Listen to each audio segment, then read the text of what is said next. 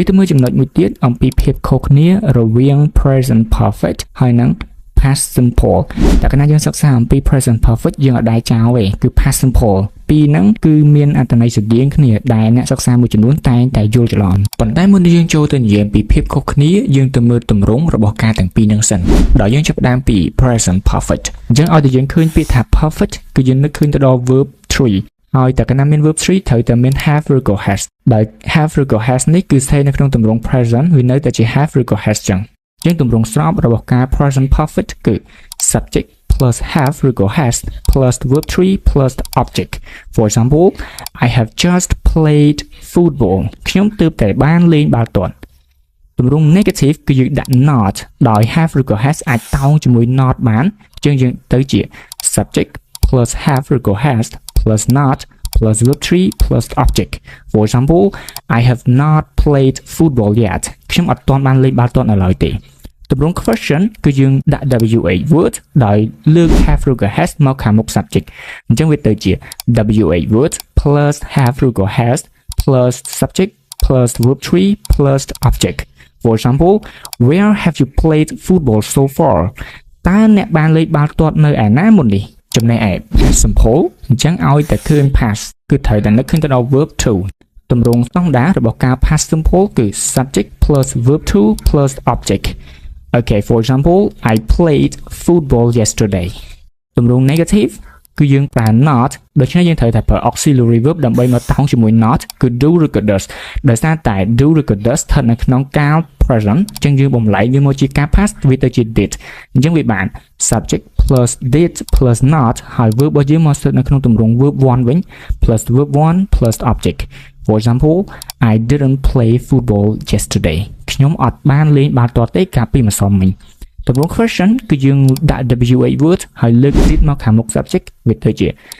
WH word plus did plus subject plus verb 1 plus object. For example, where did you play football yesterday?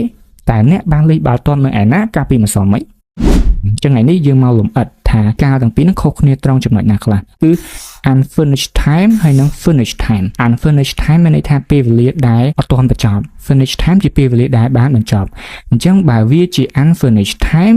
សកម្មភាពនឹងវាបានកើនឡើងហើយបន្តមកដល់ពេលឥឡូវយើងប្រើប្រាស់ present perfect បើសិនជាពេលវេលានឹងវាកាត់ឡើងនៅក្នុងអតីតកាលដែរប៉ុន្តែវា finish time វាបានបញ្ចប់ហើយវាអត់មានបន្តមកដល់ពេលបច្ចុប្បន្នទេអានឹងយើងប្រើប្រាស់ past simple យើងទៅមើលឧទាហរណ៍ទាំងអស់គ្នានេះយើងប្រើប្រាស់ present perfect វាអត់ទាន់បញ្ចប់ពេលវេលាទេគេនិយាយថា Have you ever been to Spain តើអ្នកធ្លាប់បានទៅប្រទេសអេស្ប៉ាញទេអញ្ចឹងគេចង់សួរថាតាំងពីមុនមករហូតដល់ពេលឥឡូវអ្នកបានធ្លាប់ទៅអេស្ប៉ាញអត់អូខេដល់ពេលនេះគេសួរថា Did you go to Spain last year យើងឃើញពាក្យ last year គឺជាពេលវេលាកាលពីមុនវាអត់មានមកពាក់ព័ន្ធជាមួយឥឡូវទេតើអ្នកបានទៅប្រទេសអេស្ប៉ាញដែរឬទេយើងបកប្រែខ្មែរងាយនឹងស្តីងគ្នាកាលទាំងពីរហ្នឹងប៉ុន្តែនៅក្នុងភាសាអង់គ្លេសគឺខុសគ្នាដាច់ My friend is a writer មិត្តភក្តិរបស់ខ្ញុំគឺជាអ្នកនិពន្ធម្នាក់ He has written many books គាត់បានសរសេរសៀវភៅជាច្រើនយើងប្រើប្រាស់ present perfect ដោយសារតែគាត់បានសរសេរសៀវភៅហ្នឹងតាំងពី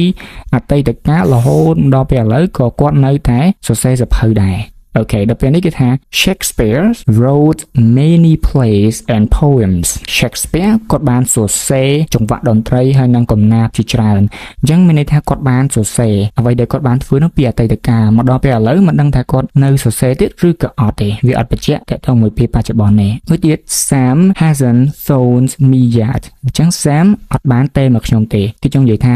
តាំងពីមុនមករហូតដល់ពេលឥឡូវSam អត់ទាន់ទេទូរស័ព្ទមកខ្ញុំនៅឡើយទេដល់ពេលនៅក្នុង past simple វិញគេថា Sam didn't phone me yesterday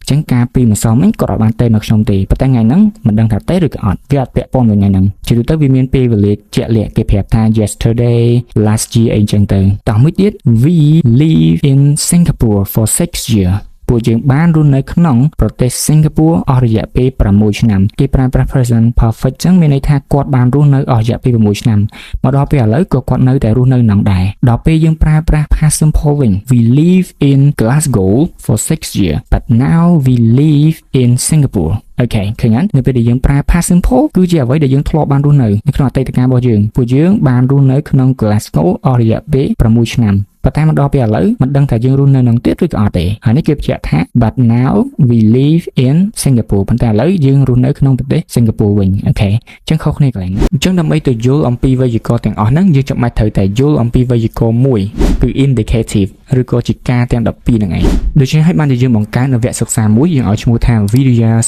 English Grammar the 12 tenses ដែលនិយាយអំពីវេយ្យាករណ៍ទាំង12នៅក្នុងភាសាអង់គ្លេសវគ្គសិក្សានេះជាការបង្រៀនបែបជាលក្ខណៈវីដេអូមាននៅក្នុងក្រុម Telegram ដោយនៅក្នុងវីដេអូនីមួយៗមានការពន្យល់លម្អិតទាំងមេរៀនបូកជាមួយនឹងលំហាត់អនុវត្តហើយការពន្យល់នៅក្នុងវីដេអូនីមួយៗនៃការទាំង12គឺយើងបញ្យល់ស្របទៅតាម concept មួយគឺ simple but detail សាមញ្ញងាយស្រួលយល់ប៉ុន្តែលម្អិតគ្រប់ចំណុចក្រៅពីអំពីវីដេអូអ្នកនរគ្នានឹងទទួលបាននៅ file មេរៀនមួយដែលមានទាំងទ្រឹស្ដីនិងលំហាត់អនុវត្តអំពីការទាំង12នៅក្នុងភាសាអង់គ្លេសសរុបមានចំនួន100ទំព័រជាងដើម្បីទៅរៀនអមជាមួយនឹងវីដេអូបន្ទាប់ពីគ្នាយើងរៀនចប់មេរៀននីមួយៗយើងអាចចូលទៅលេងហ្គេមនៅក្នុង Kahoot ដែលតាក់ទងជាមួយនឹងមេរៀនដែលយើងបានរៀនហើយចាត់ទុកជាការធ្វើតេស្តសមត្ថភាពក៏ដូចជាការកំសាន្តអារម្មណ៍មួយកញ្ចប់សិក្សានេះមានតម្លៃត្រឹមតែ$15ប៉ុន្តែសម្រាប់ការចោះឈ្មោះឥឡូវនេះវាបញ្ចុះសល់$12ដែលមានសុពលភាព1ឆ្នាំពេញគឺយើងអាចសិក្សាបានគ្រប់ពេលវេលាគ្រប់ទីកន្លែង